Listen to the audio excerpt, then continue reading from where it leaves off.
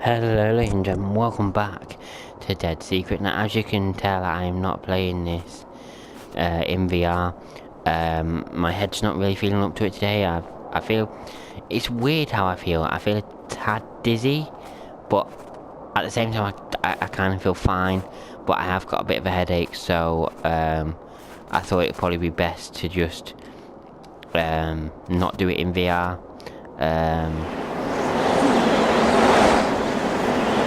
Okay. Whoa. That was creepy.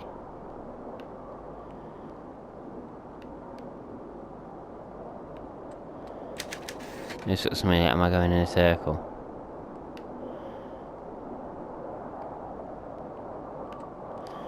Okay, I'm going this way this time. Yeah, so I wanted to play this game because I haven't played it for a while, and I know how annoying it can get when a YouTuber... I loosely call myself a YouTuber because I really haven't got many... This feels like the right way. I haven't got that many subscribers, but yeah, I know how annoying it can be when...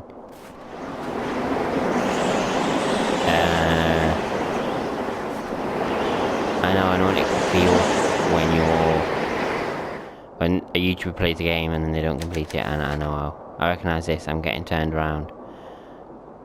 Okay, so I can go that way. Or I can go that way. I can't...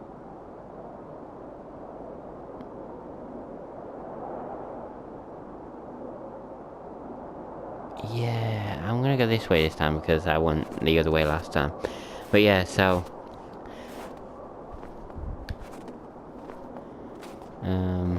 this feels like the right way. What are you gonna say now? I'm getting close, so I feel it. So I can either go that way or I can go that way. You know what? I'm gonna go this way. No, I went this way because I thought if I go straight, then I'm not gonna.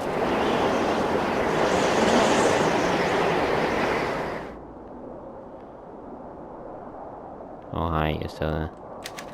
I've got to try another direction, so we can go that way. I can't go that way. I can go that way. I can go that way, and obviously I can't go that way. So we're gonna try this way again. This is like a puzzle.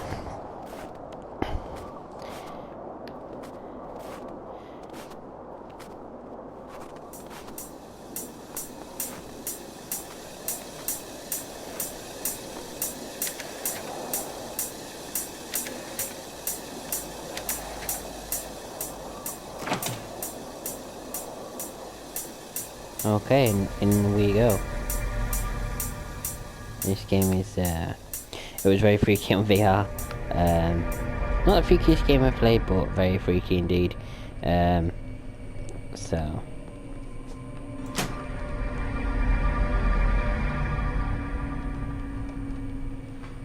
Oh, this is a freaky building. Oh, hi.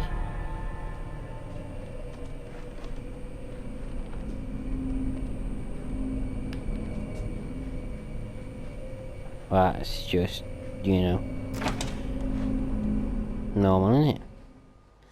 Where are we going to next? The man in the raincoat was the woodcutter. That's it, stuck so deep in the ground that I can't get it out with one arm. Leave. I'm scared off that easily.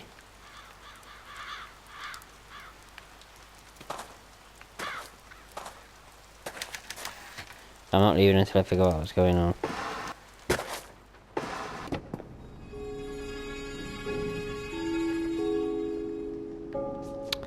Well, this is just normal, isn't it? A bottom out with the letter B, there's a leech inside. Oh, how lovely. The door is stuck there, electronics inside, and it looks like there's a battery.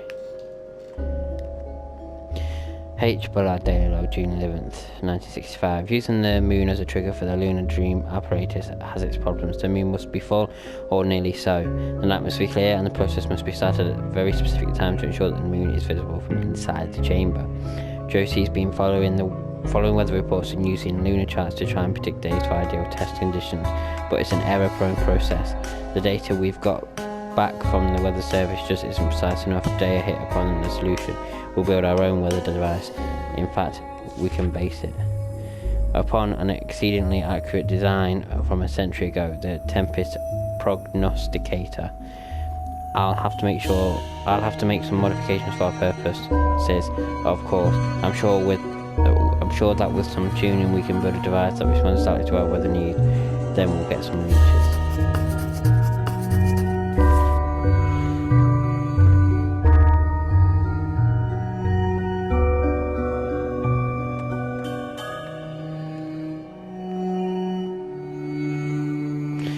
This is the other side of that now.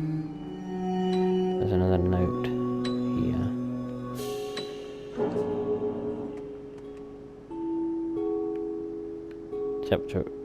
Chapter 8. Okay, well that's useful, isn't it? The piano chair has been knocked over.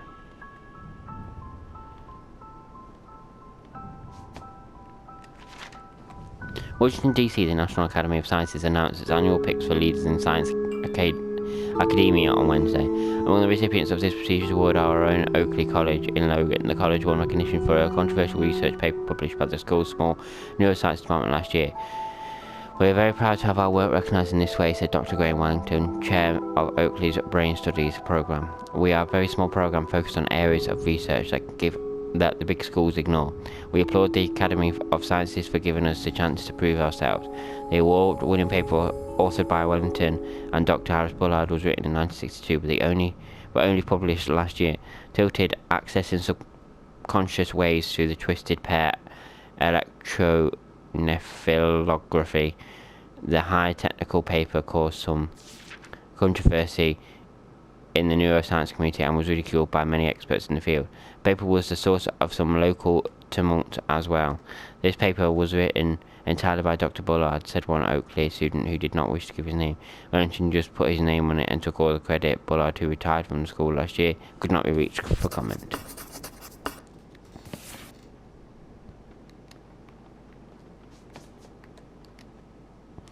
H. Bullard, Daily Log, May 24th, 1962. Cynthia called me today. She sounded drunk. Sometimes I think she calls me just to get a rise out of me. I maintained my calm this time, declined her invitation to meet, and told her in no uncertain terms that if she was looking for money she had best look elsewhere, and now I'm going to get drunk myself.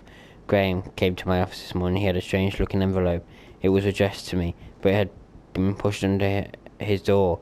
It bore no return address, just a single word, woodcutter. I had to run to class and I haven't had a chance to open it yet, but something about it makes me uncomfortable. I hope it's not another love letter from a student.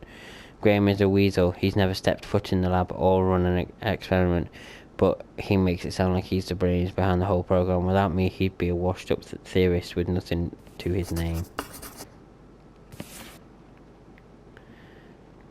Okay. Ooh, the fuck is that? Bill told me to cover Bullard's death, but he's just looking for gossip about the young assistant.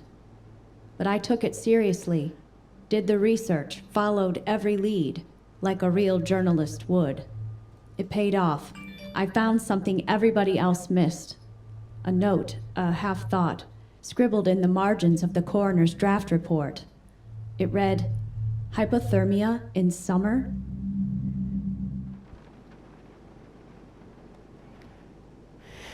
H. Daily Log, August 18th, 1965. The little mail fraud enterprise Bobby and I are operating has paid off. Since the beginning I have had suspicions about Woodcutter's true identity, but I cannot confront him without evidence. Several months ago I started paying Bobby extra to steal outgoing correspondence from a particular individual's mailbox. We steam open the letter and give it a read, and then send it on its way. It's not the most exciting trick in the book, and Bobby certainly doesn't like it, but we found it an effective method of surveillance. Today we intercepted a very interesting letter. This one confirms most of my theories, and has been locked away for safekeeping. When I have one or two more pieces of the puzzle, I'll nail Woodcutter to a wall. I'll have to do it quickly though. Device, my ace in the hole, is almost finished. When it's completed, there will be no reason for Woodcutter to let me live. I'll just have to get to him first.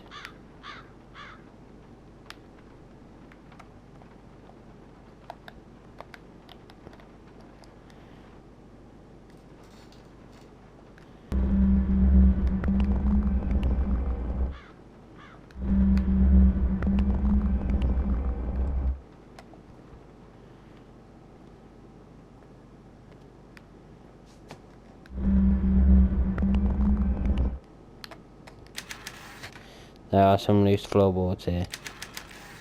I could probably pry these floorboards up with the right tool.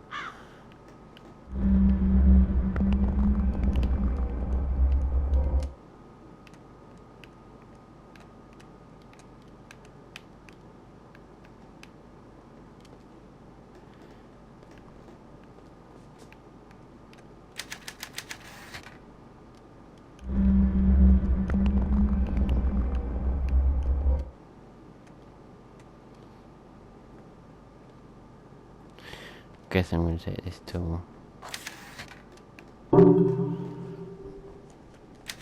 fireplace has been used recently in the summer.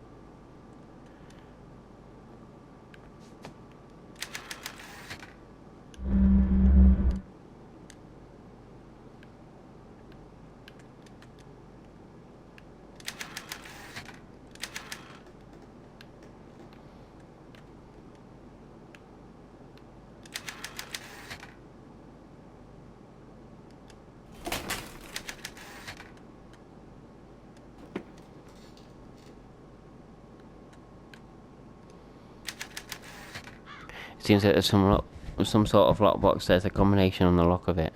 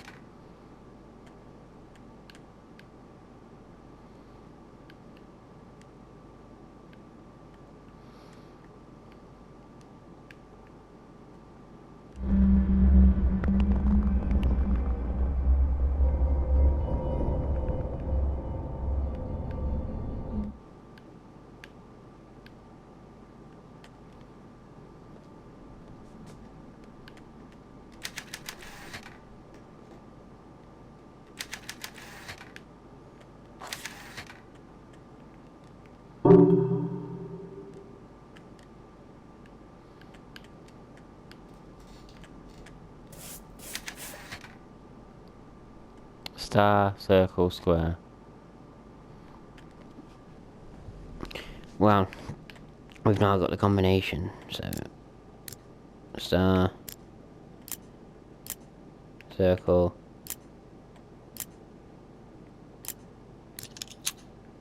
square. It's an old metal key. Bill, I owe you many thanks for forwarding my request to the New York Times. I think we have the opportunity to tell one of the great science stories of the 20th century and make considerable sum. To make a considerable sum in the process. The Times is a great first step, but when we are finished, I want to have headlines written about me on the front page of every paper in the country. The key to our success is Harris Bullard's brain research. He's discovered something fundamental about the operation of subconscious brainwaves, and I believe that he will soon harness this knowledge to build a device whose object is to make men superhuman. Our first task is to procure this device before Bullard can publicize it, and my plans for accomplishing that are already in motion. Once the device is in my hands, I am confident that I can reproduce and improve upon his work. That, Mr. Mitchell, is where you come in.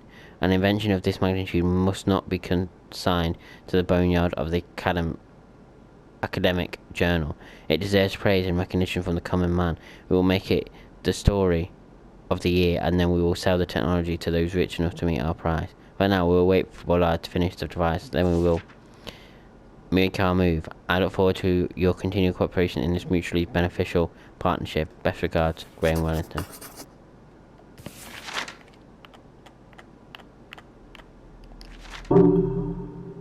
Left 20, right.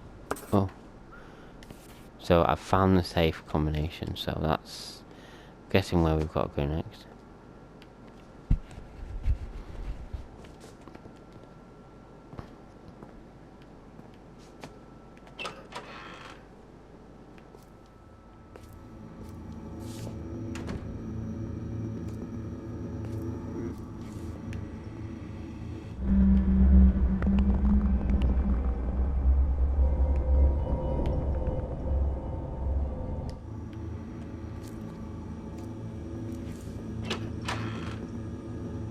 No, no, no, no, no, I'm not going in the basement. You can fuck that for a laugh.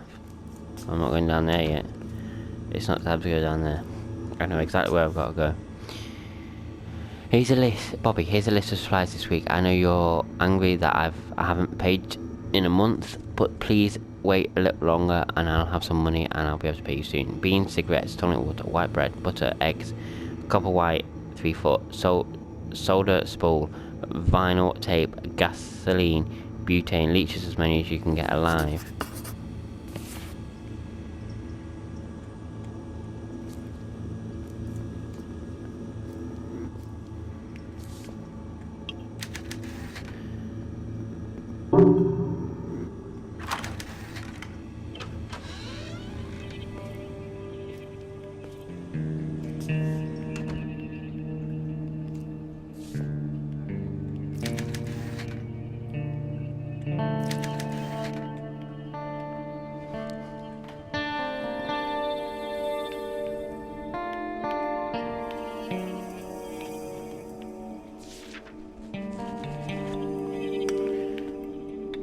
You know what, I'm not going to read this one because it's just a story. It's not actually like one of the journals or something.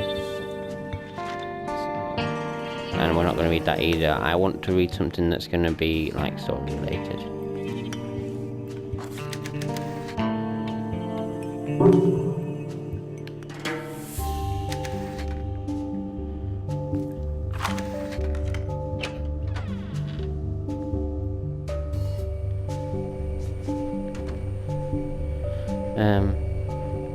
I'm guessing I'm going to go back that way anyway, so I need to go this way because I need to go upstairs to the safe.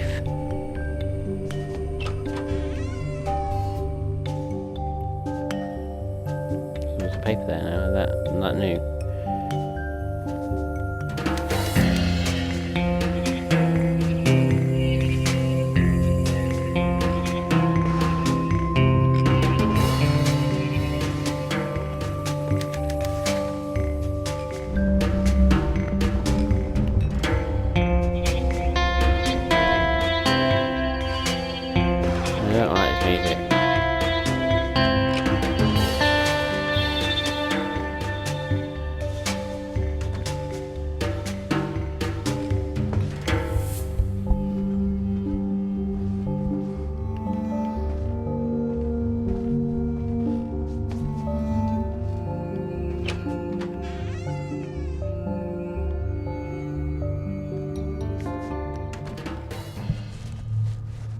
Right, we're going to open this now, let's see what's in here.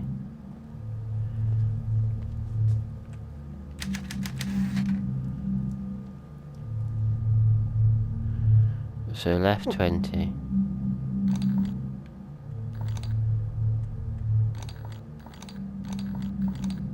Left 20, right 50.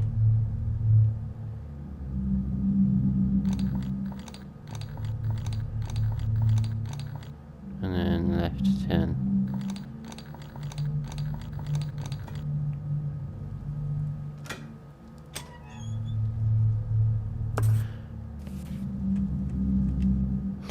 The Lunar Dream apparatus altering the brain to achieve permanent idea focus by H. Bullard and J. Herrera. Abstract. William Benjamin Carpenter's work described the Carpenter effect over a century ago continues to baffle psychologists today.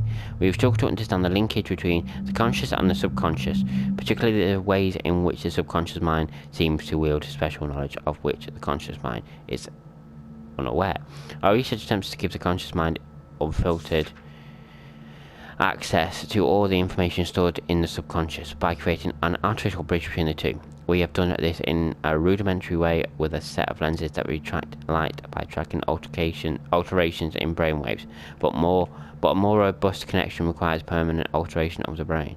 The Lunar Dream apparatus combines engineering, psychology, neuroscience, and a bit of physics to create just such a connection. In order to give the subject some control over their own subconscious, we have chosen the moon as a mental mnemonic. After undergoing treatment in the Lunar Dream apparatus, the subject's conscious and subconscious are... Well, I just pressed circle by mistake. Hang on.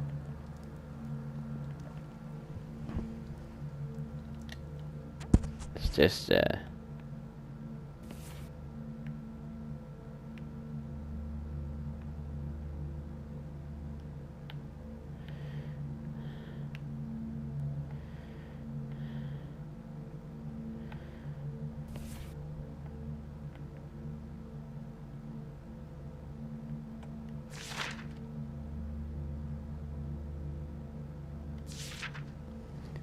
are merged when a full moon is visible.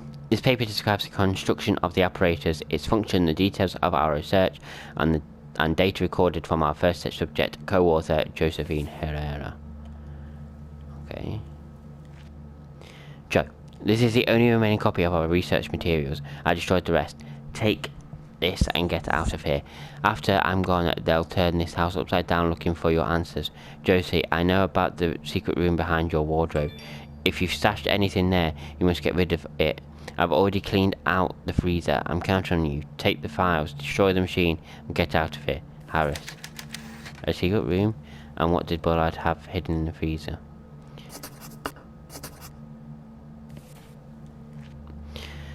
Martin Bros Construction, receipt for services rendered, date June 16, 1964. Total parts $1,134.25. Total labor $255.30.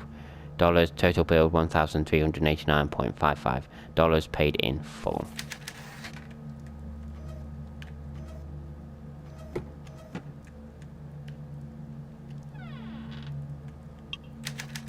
A bottle limit. Entry bottles 2 or 4. Okay. So we are going to explore this apparent secret room. I think I might call it then for this part.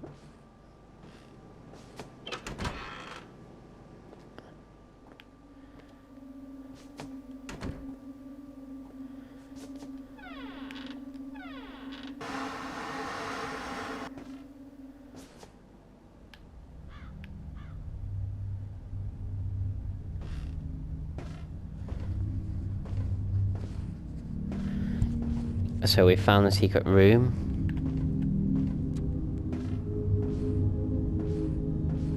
I'm getting the feeling this is more of like a mystery than an actual horror game, because it seems more mystery, which is nothing wrong with that. I love, you know, mysteries, but I much prefer horrors, obviously.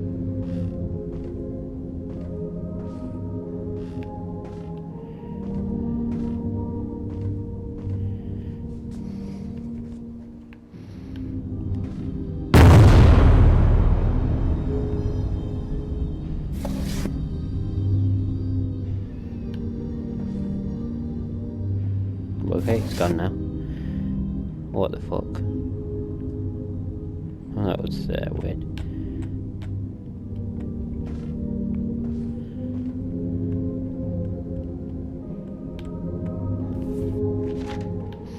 Dear Diary, I was thinking about Dad today.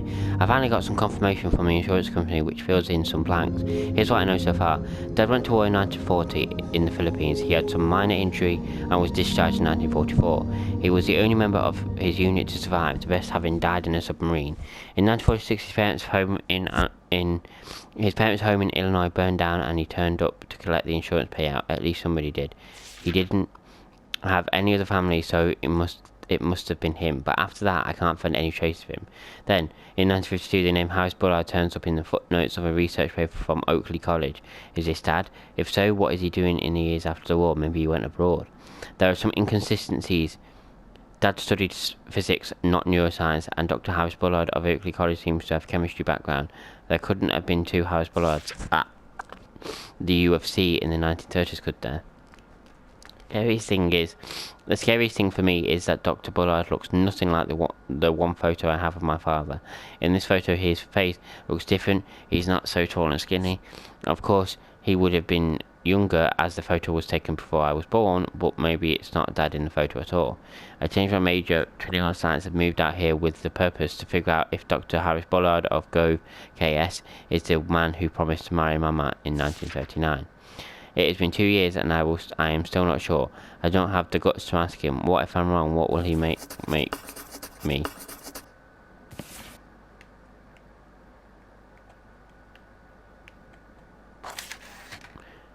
charge the battery I need to.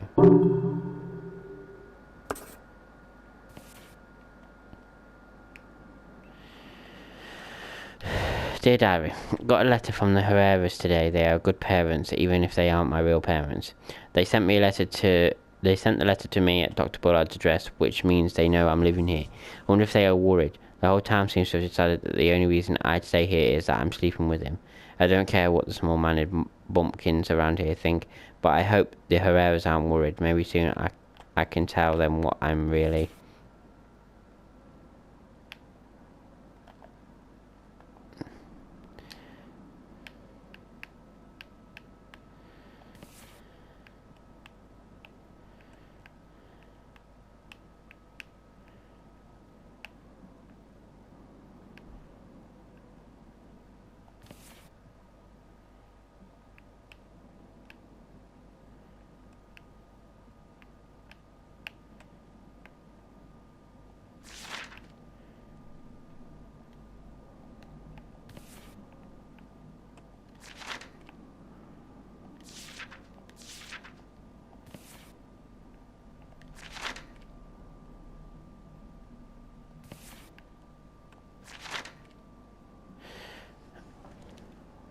I can't tell them what I'm really up to. Also, Bobby Sawyer gave me another draft of his novel. It's really weird, but I think it's pretty good. I've been typing up his manuscripts on Dr. Bullard's typewriter. I'm fixing mistakes and making little edits as I go.